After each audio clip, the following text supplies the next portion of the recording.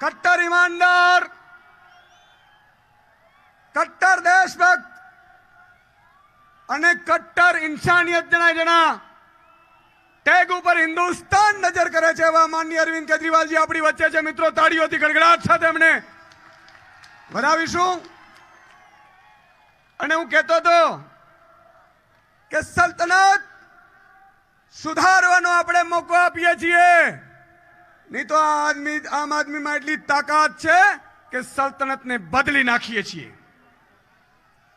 અને એટલા માટે મિત્રો વધારે સમય ન લેતા માનનીય અરવિંદજી ને આપણે સાંભળવાના છે।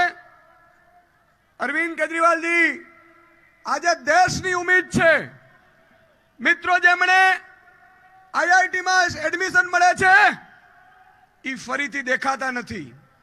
યુપીએસસીમાં પાસ થાય એ પણ પોતાની જિંદગી મજાથી લે છે। અરવિંદ કેજરીવાલજી એક એવા હિન્દુસ્તાનના લાલ છે જેણે બધું છોડીને આપણા માટે આવ્યા છે। એકવાર તાળીઓના ગડગડાટ સાથે વધાવીશું માનનીય અરવિંદ કેજરીવાલજીને। ખૂબ ખૂબ આભાર માનનીય શ્રી સુદાનભાઈનો। હવે હું આપણા સૌનું ગૌરવ, રાજકોટનું ગૌરવ એવા માનનીય શ્રી ઇન્દ્રનીલભાઈ રાજ્યગુરુને વિનંતી કરીશ કે સ્વદેશી આત્મનિર્ભરતા, પરિશ્રમ અને અહિંસાનું પ્રતીક એવો પૂજ્ય બાપુનો ચરખો પ્રતીક રૂપે માનનીય શ્રી અરવિંદ કેજરીવાલજીને આપી અને ચરખાથી આપણા સૌ વતી, રાજકોટ વતી, કાઠિયાવાડ વતી, સમગ્ર ગુજરાત વતી માનનીય શ્રી અરવિંદ કેજરીવાલજીનું સ્વાગત કરશે। આપણે આ પ્રસંગે બાપુના ચરણોમાં ઈશ્વરને પ્રાર્થના કરીએ કે ચરખાથી તમે જે ક્રાંતિ લાવવા માંગતા હતા, સ્વદેશીની ક્રાંતિ, આત્મનિર્ભરતાની ક્રાંતિ આપણા ભારતમાં જલ્દીથી સાકાર બને। સાથે સાથે હું પ્રદેશ સંગઠનના મહામંત્રી એવા માનનીય શ્રી અજીતભાઈ લોખીલ, રાજભા ઝાલાની રાહ જોઈ રહ્યા છીએ। આપણે સૌ જાણીએ છીએ, હમણાં વાત કરી કે મોંઘવારીની વાત કરી, શિક્ષણની વાત કરી, આગળના વક્તાઓએ આરોગ્યની વાત કરી। આજે આપણે સૌ જાણીએ છીએ કે 15,000 20,000 રૂપિયા કમાવા વાળા માણસ પાસે આજે પોતાનું ઘર ચલાવવા માટે પૈસા નથી। એ બિચારો વિચારે છે કે હું મારા બાળકની ફી ક્યાંથી ભરીશ, મારું આગળના મહિનાનું બિલ ક્યાંથી ભરીશ। આવા સમયમાં આપણી પાસે એક ક્રાંતિનો નાયક છે, જનનાયક છે, જે આખા ભારતમાં એકમાત્ર વ્યક્તિ છે કે આજના કપરા સમયમાં મોંઘવારી સામે લડવાનું સોલ્યુશન આપે છે। એ પોતાના નાગરિકોને કહે છે કે તમારું વીજળીનું બિલ હું ભરીશ। એ પોતાના નાગરિકોને એમ કહે છે કે તમારા બાળકોને ભણાવવાની જવાબદારી મારી છે અને ભણાવવાની વ્યવસ્થા હું કરીશ। એ પોતાના વડીલોને, પોતાના નાગરિકોને એમ કહે છે કે તમારા ઘરમાં કોઈ બીમાર પડે તો એનો ઈલાજ કરાવવાની જવાબદારી મારી છે। એ પોતાના નાગરિકોને એમ કહે છે કે તમારે સરકારી દવાખાના, સરકારી દફતરોના, સરકારી ઓફિસોના ધક્કા નથી ખાવાના। મારો સરકારી કર્મચારી તમારા ઘરે આવીને તમારું કામ કરશે। તમે ગરીબ છો, તમારે રાશનના અનાજની જરૂર છે તો તમારે લાચારી, ભિખારીની જેમ તમારે રાશનની દુકાનના ધક્કા નથી ખાવાના। મારો માણસ આવીને તમારા હકનું અનાજ તમારા ઘરે આપશે। આ દેશને, આ ભારતને આજે આવી ક્રાંતિની જરૂર છે અને ક્રાંતિના જનનાયક, આપણા સૌના રાષ્ટ્રીય આદર્શ દિલ્હીના મુખ્યમંત્રી એવા માનનીય શ્રી અરવિંદ કેજરીવાલજીને વિનંતી કરીશ કે આવીને આપણને આગળનું માર્ગદર્શન કરે। બોલો ભારત માતા કી।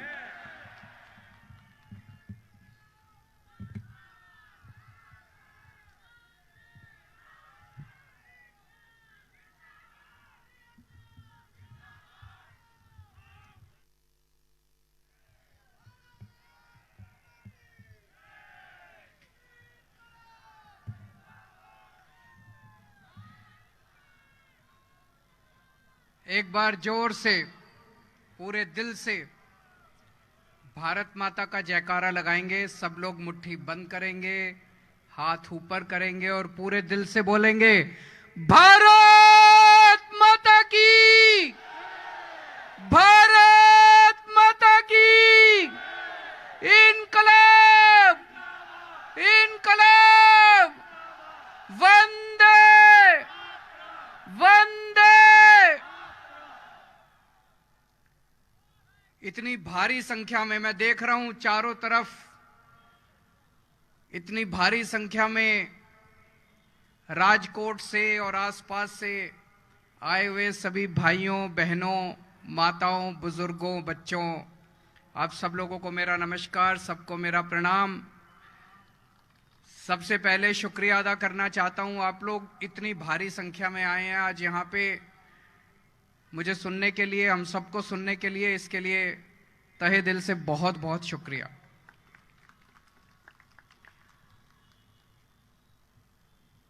आजकल गुजरात के गांव-गांव के अंदर, घर-घर के अंदर आम आदमी पार्टी की चर्चा हो रही है। पिछले 2-3 महीनों में मेरा भी कई बार आना हुआ। हमारे कार्यकर्ता भी गांव-गांव में जा रहे हैं, घर-घर में जा रहे हैं। चारों तरफ आम आदमी पार्टी की चर्चा है। मुझे दिल्ली के लोग खूब प्यार करते हैं, पंजाब के लोग खूब प्यार करते हैं, और मुझे बेहद खुशी कि अब गुजरात के लोग भी मुझे खूब प्यार करने लगे हैं। इस प्यार, इस विश्वास, इस सम्मान, इसके लिए मैं आपका बहुत बहुत आभारी हूं। मैं दिल्ली में रहता हूं। गुजरात के कई लोग मुझसे मिलने के लिए आते हैं। गुजरात में आता हूं, यहां भी ढेरों लोग मुझसे मिलने के लिए आते हैं, अपनी समस्याएं लेके आते हैं, गुजरात के बारे में चर्चा करते हैं। एक बूढ़ी अम्मा आई, आके मुझे धीरे से कान में बोलती है, बेटा अयोध्या के बारे में सुना है? मैंने कहा अयोध्या जानता हूं अम्मा, वही अयोध्या ना जहां पे श्री रामचंद्र जी का जन्म हुआ था? बोली हां वही अयोध्या। बोली बेटा गए हो वहां पे? मैंने कहा गया हूं, बहुत सुकून मिलता है। राम जन्मभूमि पे जाके बहुत सुकून मिलता है। बोली बेटा मैं बहुत गरीब हूं, गुजरात के एक कोने में एक गांव में रहती हूं, मेरा बड़ा मन है अयोध्या जाने का।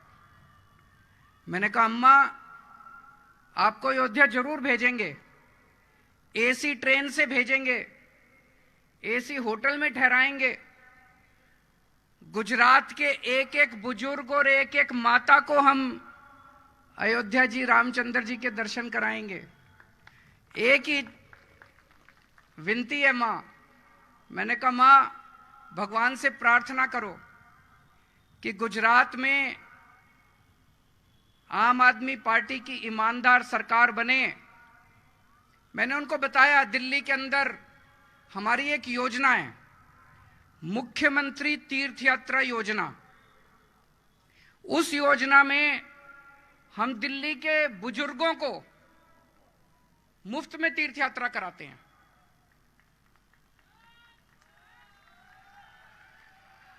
हमारे बूढ़े माता पिता, बूढ़ी मां, बूढ़े बुजुर्ग, उनको हम एसी ट्रेन में लेके जाते हैं, एसी होटल में ठहराते हैं, आना जाना खाना पीना सब मुफ्त।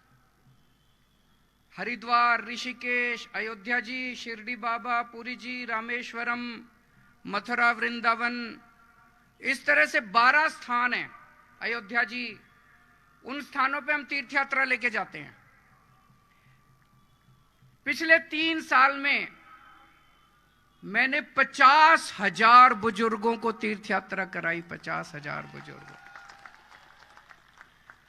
तो मैंने अम्मा को बोला मां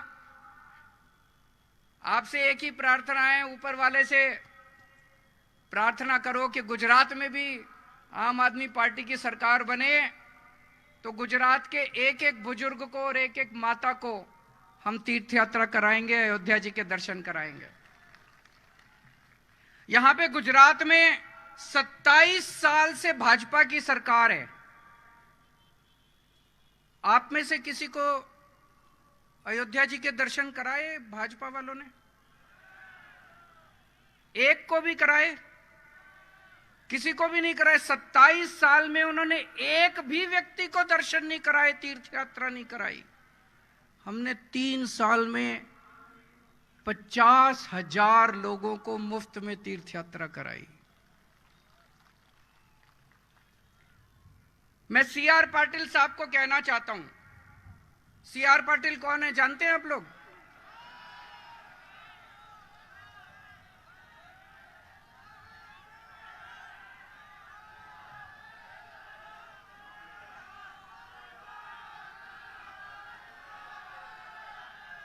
सीआर पाटिल गुजरात के भारतीय जनता पार्टी के अध्यक्ष हैं। ऐसा कहा जाता है, मुझे नहीं पता, लोग कहते हैं कि मुख्यमंत्री कोई भी बने, सरकार तो सीआर पाटिल ही चलाते हैं। ऐसा लोग कहते हैं, मुझे नहीं पता ऐसा है क्या, कि सरकार तो सीआर पाटिल ही चलाते हैं। मैं पाटिल साहब को कहना चाहता हूं, पाटिल साहब, आपने तो 27 साल में एक भी गुजरात के आदमी को तीर्थ यात्रा नहीं कराई। आम आदमी पार्टी की सरकार बन गई तो अगले 5 साल के अंदर गुजरात के सारी माताओं को और सारे बुजुर्गों को तीर्थ यात्रा करा देंगे।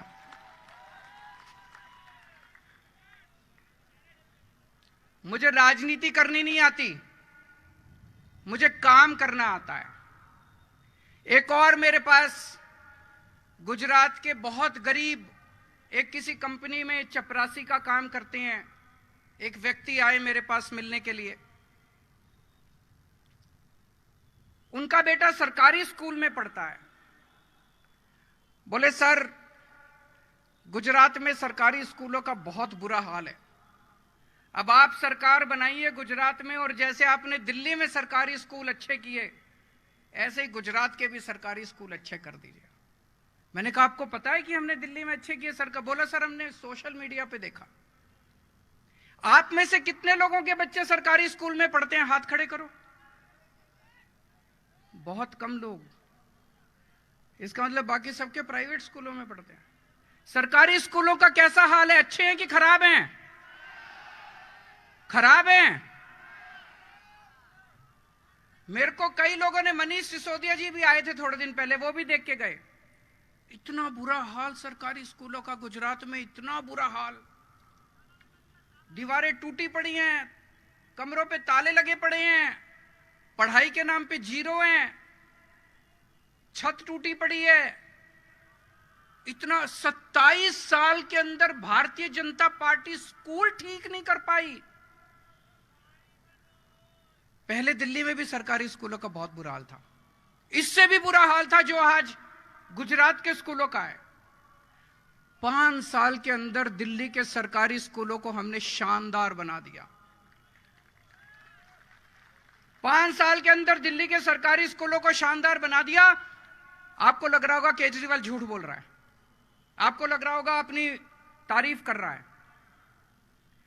इस साल दिल्ली के सरकारी स्कूलों के नतीजे 99.7% नतीजे आए हैं, 99.7%। प्राइवेट स्कूलों को पीछे छोड़ दिया। इस साल दिल्ली के प्राइवेट स्कूलों से 4 लाख बच्चों ने अपने नाम कटा के सरकारी स्कूलों में भर्ती कराया है।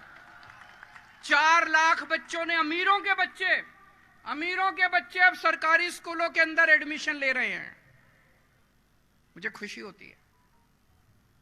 आज हमारे सरकारी स्कूलों में गरीबों के बच्चे जो पढ़ते थे, रिक्शे वाले का बच्चा, मजदूर का बच्चा, ड्राइवर का बच्चा, आज इंजीनियर बन रहे हैं, डॉक्टर बन रहे हैं।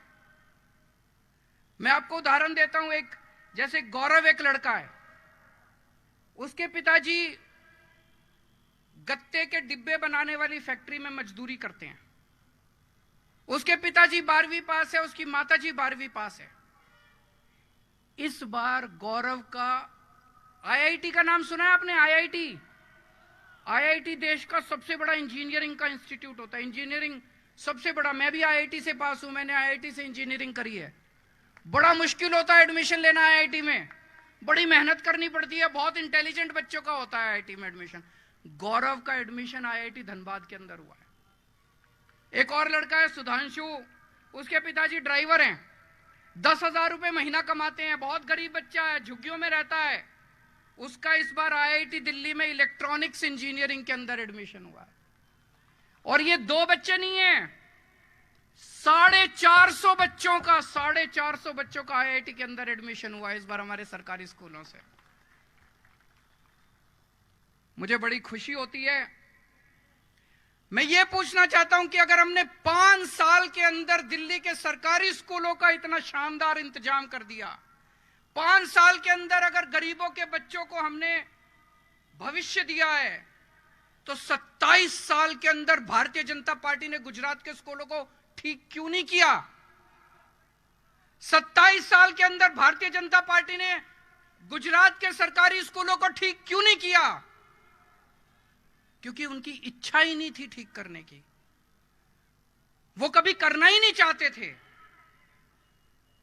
भारतीय जनता पार्टी कभी स्कूल ठीक नहीं करना चाहती थी, वो कभी सत्ता में स्कूल ठीक करने के लिए नहीं आए, वो केवल लूटने के लिए आए थे। 27 साल से गुजरात को लूट रहे हैं, 27 साल से गुजरात को लूट रहे हैं, वो केवल और केवल लूटने के लिए आते हैं। दोस्तों, मैं भी आप ही की तरह आम आदमी हूं। आज से 8-10 साल पहले तक मेरे को कोई नहीं जानता था, कोई नहीं जानता था अरविंद केजरीवाल कौन है। ये तो ऊपर वाले की पता नहीं क्या कृपा हुई कि जनता का इतना प्यार, इतनी मोहब्बत मिली, इतनी बड़ी जिम्मेदारी मिली। दिल्ली के अंदर हमने 5 साल के अंदर स्कूल ठीक कर दिए। अब मेरे को लगता है यार पूरे देश के स्कूल ठीक हो सकते हैं। इन पार्टियों ने धोखा दिया इस देश के लोगों को, इन सारी पार्टियों ने मिलकर धोखा दिया इस देश के लोगों को। मैंने कसम खाई है कि इस देश के एक एक बच्चे को अच्छी से अच्छी शिक्षा दिला के रहूंगा, चाहे गरीब का बच्चा हो चाहे अमीर का बच्चा हो। मुझे दिल्ली के लोगों ने मौका दिया, अब पंजाब के लोगों ने मौका दिया, आज गुजरात के लोगों से कहता हूं एक मौका देके देखो। आपके बच्चों को अच्छी शिक्षा देने की जिम्मेदारी मेरी, आपके बच्चों को अच्छा रोजगार देने की जिम्मेदारी मेरी। कोई पार्टी आके आपको अच्छे स्कूल के नाम पे वोट नहीं मांगेगी। केजरीवाल आपसे स्कूल और अस्पताल के नाम पे वोट मांग रहा है। मैं करके आया हूं दिल्ली में, पंजाब के अंदर भी कर रहे हैं हम लोग। यहां पे प्राइवेट स्कूल में किस किस के बच्चे पढ़ते हैं, जरा हाथ खड़े करें। सबके बच्चे प्राइवेट स्कूलों में पढ़ते हैं। ये प्राइवेट स्कूल वालों ने, मैं सारे प्राइवेट स्कूल खराब नहीं होते, पर अक्सर कई प्राइवेट स्कूल वाले गुंडागर्दी करते हैं कि नहीं करते? अनाप शनाप फीस बढ़ाते हैं कि नहीं बढ़ाते? कभी कहते हैं लाइब्रेरी फीस, कभी कहते हैं पिकनिक फीस, कभी कहते हैं डेवलपमेंट फीस, और अनाप शनाप फीस बढ़ाते रहते हैं। एक हर आदमी चाहता है मेरे बच्चों का भविष्य बनना चाहिए, हर आदमी चाहता है मैं अच्छी से अच्छी शिक्षा दूं। दिल्ली जैसे सरकारी स्कूल हर जगह नहीं है। आदमी अपने बच्चों को पेट काट के प्राइवेट स्कूल में पढ़ाता है। दिल्ली के अंदर हमने पिछले 7 साल से प्राइवेट स्कूलों को फीस नहीं बढ़ाने दी, एक नए पैसे की फीस नहीं बढ़ाने दी। जिस स्कूल ने फीस बढ़ाने की हिम्मत करी, उस स्कूल को सरकार ने टेक ओवर कर लिया। मैं पूछता हूं कि अगर दिल्ली के अंदर हम प्राइवेट स्कूलों को ठीक कर सकते हैं, तो 27 साल में भारतीय जनता पार्टी नहीं कर सकती क्या? कर तो सकती थी। मिले हुए हैं इनके साथ, मिले हुए हैं कि नहीं मिले हुए? मिले हुए हैं इनके साथ। भारतीय जनता पार्टी अमीरों की पार्टी है। अमीरों के लिए बड़े बड़े स्कूल बना देंगे, महंगे महंगे स्कूल बना देंगे, शानदार स्कूल बना देंगे। मैं CR पाटिल जी से पूछना चाहता हूं, 27 साल में आपने गरीबों के लिए कितने स्कूल बनाए? मैं CR पाटिल जी से पूछना चाहता हूं, अपने आम आदमी और मिडिल क्लास वालों के लिए कितने स्कूल बनाए? स्कूल बंद करते जा रहे हैं, गरीबों के स्कूल बंद करते जा रहे हैं। कितने स्कूल बंद कर दिए इन्होंने? 6000 स्कूल बंद कर दिए इन लोगों ने पिछले कुछ दिनों में। गरीबों के स्कूल बंद करते जा रहे हो, अमीरों के स्कूल खुलते जा रहे हैं। अभी मैं देख रहा था, CR पाटिल जी कह रहे थे केजरीवाल ठग है। सुना आपने? एक भाषण में के बोले एक दिल्ली से महा ठग आता है, केजरीवाल ठग है। मैं आपसे पूछना चाहता हूं, मैं ठग हूं? मैं आपसे पूछना चाहता हूं कि कोई ठग सरकारी स्कूल ठीक करता है? कोई ठग बच्चों की शिक्षा की बात करता है? कोई ठग लोगों के अस्पताल की बात करता है? कोई ठग लोगों को अच्छी शिक्षा देने की बात? मैं आपको ठग नजर आता हूं? मैं आपसे पूछे, जिन जिन लोगों को लगता है केजरीवाल ठग है, हाथ खड़े करें। जिन जिन लोगों को लगता है CR पाटिल ठग है, हाथ खड़े करें। ये कैमरे वाले जरा दिखा दें, जरा मोड़ दें कैमरे वाले और दिखा दें कि सीआर पाटिल के बारे में गुजरात की जनता क्या सोचती है। जिन जिन लोगों को लगता है कि सीआर पाटिल ठग है, हाथ खड़े करें जोर से। कैमरे वाले, मुझे पता है आप दिखा नहीं पाओगे, आपका टीवी चैनल बंद करा देंगे वो, लेकिन फिर भी एक बारी रिकॉर्डिंग तो कर ही लो।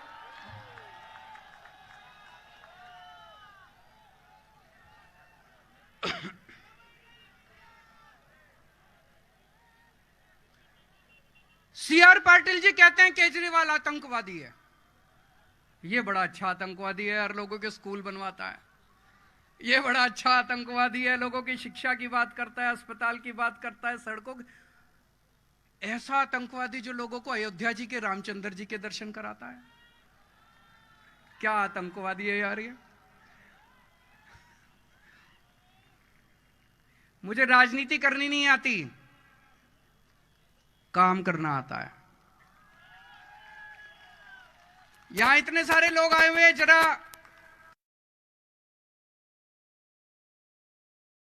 हाथ खड़े कर दें।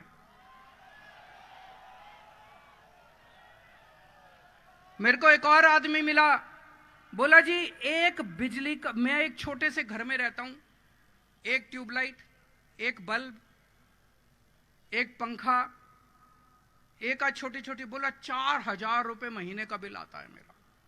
4,000 रुपए। आपको पता है दिल्ली में बिजली फ्री मिलती है? किस किस को पता है कि दिल्ली में बिजली फ्री मिलती है? बिजली फ्री चाहिए कि नहीं चाहिए? किस किस को चाहिए बिजली फ्री? ये बिजली फ्री नहीं देंगे आपको। क्यों नहीं देंगे? सारे पैसे खा जाते हैं। बिजली फ्री देने वाली सरकार चाहिए कि पैसे खाने वाली सरकार चाहिए?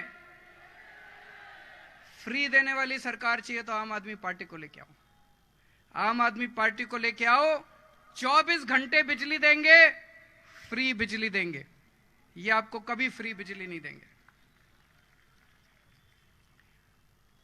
आजकल महंगाई इतनी ज्यादा हो गई, घर में कोई बीमार हो जाए, भगवान ना करे किसी के घर में कोई बीमार हो, भगवान सबको सुखी रखे, स्वस्थ रखे, लेकिन अगर घर में कोई बीमार हो जाए, थोड़ी सी बड़ी बीमारी हो जाए, कैंसर हो जाए, हार्ट अटैक हो जाए, ब्रेन स्ट्रोक हो जाए, इतना महंगा इलाज हो गया, इतना महंगा इलाज हो गया, जमीन बिक जाती है, जायदाद बिक जाती है, जेवर बिक जाते हैं, सारी जमा पूंजी सब बिक जाती है, आदमी बर्बाद हो जाता है। और कई लोगों को तो आत्महत्या करनी पड़ती है। दिल्ली में हमने 2 करोड़ लोग दिल्ली के हैं, दिल्ली के 2 करोड़ लोगों का सारा इलाज मुफ्त कर दिया हम लोगों ने। किसी को छोटा सा बुखार हो, उसका इलाज भी मुफ्त। किसी को बड़ी से बड़ी बीमारी हो जाए, 30 लाख, 40 लाख, 50 लाख का भी खर्चा आए, वो भी सारा मुफ्त। सारे टेस्ट मुफ्त, सारा इलाज मुफ्त, सारा। यहां पे सरकारी अस्पतालों का क्या हाल है? बुरा हाल है, मुझे बताया गया, बहुत बुरा हाल है। पहले दिल्ली के सरकारी अस्पताल भी बहुत खराब थे, हमने आज शानदार सरकारी अस्पताल बना दिए। लोग अब अपोलो, मैक्स, बड़े बड़े अस्पतालों में नहीं जाते, सरकारी अस्पतालों में जाते हैं। हमने ढेरों मोहल्ला क्लिनिक खोले, मोहल्ला क्लिनिक में जाते हैं अपना इलाज कराने के लिए। आज गुजरात के कुछ बच्चे मेरे से मिलने के लिए आए, बोले सर यहां पे रोजगार नहीं है, रोजगार के, पढ़े लिखे बच्चे बिना रोजगार के घूम रहे हैं। पिछले 5 साल में दिल्ली में हम लोगों ने 12 लाख बच्चों को रोजगार दिलवाया है, 12 लाख बच्चों को, और अगले 5 साल में 20 लाख बच्चों को रोजगार दिलाने का काम कर रहे हैं हम लोग। तो अगर रोजगार चाहिए तो आम आदमी पार्टी दिला सकती है। और मैंने सुना यहां पे पेपर बहुत फूटते हैं, फूटते हैं मतलब लीक होते हैं। मेरे को पता चला गुजराती में उसको फूटना कहते हैं, कि पेपर बहुत फूटते हैं, पेपर बहुत लीक होते हैं। मेरे को अभी लिस्ट दे रहे थे, इतनी सारी, ये इतने पेपर फूटे अभी तक। 2014 में जीपीएससी मुख्य अधिकारी का पेपर फूटा, 2015 में तलाटी परीक्षा लीक हो गई, 2016 में तलाटी सुरेंद्र नगर गांधीनगर परीक्षा लीक हो गई, 2018 में टीईटी शिक्षक योग्यता परीक्षा लीक हो गई, 2018 में मुख्य सेविका परीक्षा फूटा, 2018 में नायब चिटनीस, इतनी लंबी लिस्ट है। सारे पेपर फूट जाते हैं, सारे पेपर लीक हो जाते हैं। मैं पाटिल जी से कहना चाहता हूं, एक पेपर नहीं तुमसे ठीक से होते, तुम सरकार क्या चलाओगे? तुमसे एक पेपर नहीं होते, तुमसे एक पेपर ढंग से नहीं होते, पेपर का आयोजन ढंग से नहीं होता, तुम सरकार क्या चलाओगे? और मैं आपसे पूछना चाहता हूं, ये पेपर लीक कौन करवाता है? इसके पीछे कौन लोग हैं? कोई जेल नहीं जाता, किसी को जेल नहीं होती, पेपर फूटते हैं, फिर और पेपर फूटते। जनता, बच्चों का भविष्य खराब हो रहा है, बच्चों का भविष्य खराब हो रहा है। मुझे राजनीति करनी नहीं आती, काम करना आता है। अगर आपको स्कूल चाहिए, अस्पताल चाहिए, बिजली चाहिए, पानी चाहिए, रोजगार चाहिए, आप मुझे वोट दे देना। आपको भ्रष्टाचार चाहिए, गुंडागर्दी चाहिए, लफंगई चाहिए, राजनीति चाहिए, उनको वोट दे देना।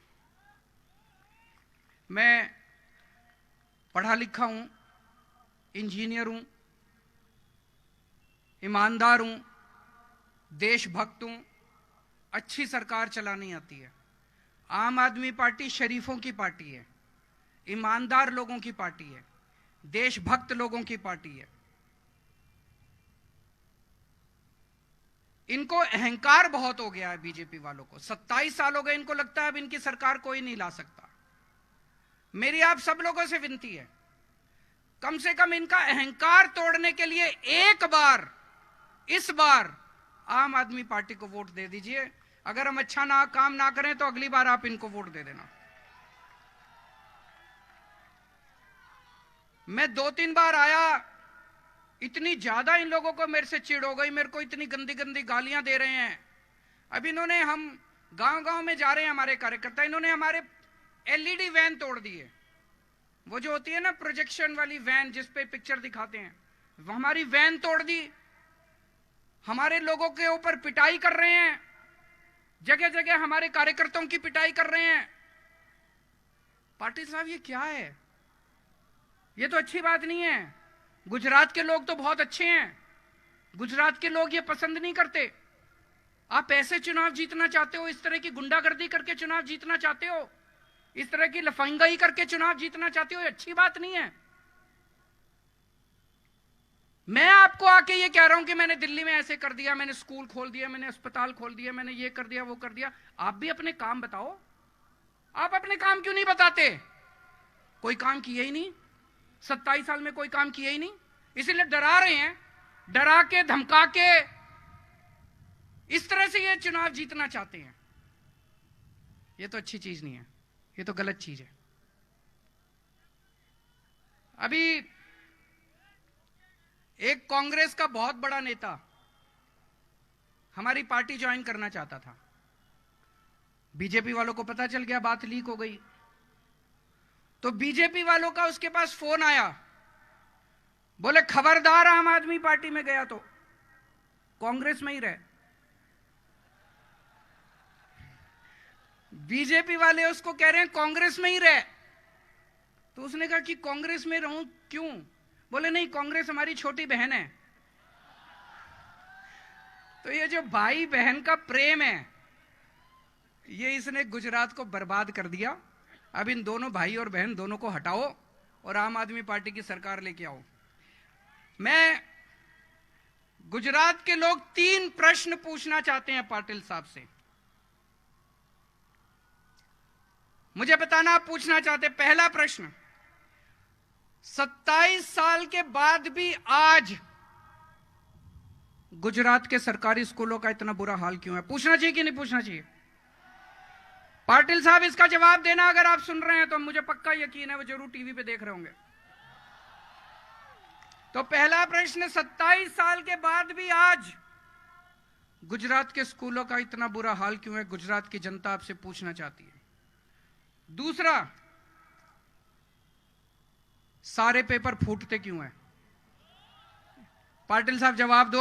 आपको पेपर करवाने आते नहीं हैं या क्या माजरा है? सारे पेपर फूटते क्यों हैं? और तीसरा प्रश्न, आज गुजरात का पढ़ा लिखा युवा बिना रोजगार के दर दर की ठोकरें क्यों खा रहा है? उसको रोजगार कब तक दिलवाओगे? पूछना चाहिए कि नहीं पूछना चाहिए? दोस्तों, आपसे केवल एक मौका मांगने के लिए आया हूं। एक मौका आप देके देखिए। अगर हमारा काम पसंद नहीं आए, अगली बार हमें उठा के फेंक देना। और आज यहां जितने लोग आए हैं, हमारे पास पैसा नहीं है, हम गरीब पार्टी हैं, ईमानदार पार्टी हैं। यहां पे आए हुए एक एक आदमी को जिम्मेदारी लेनी पड़ेगी। आप अपने घर जाओगे, मोहल्ले में जाओगे, गांव में जाओगे, एक एक आदमी जिम्मेदारी लो। कम से कम 100 लोगों से बात करोगे और 100 लोगों को आम आदमी पार्टी को वोट देने के लिए तैयार करोगे। करोगे कि नहीं करोगे? जो जो करेंगे हाथ उठा के बताइए। जिन्होंने दोनों हाथ उठाए हैं वो 200 लोगों को पूरा करेंगे। भारत माता की।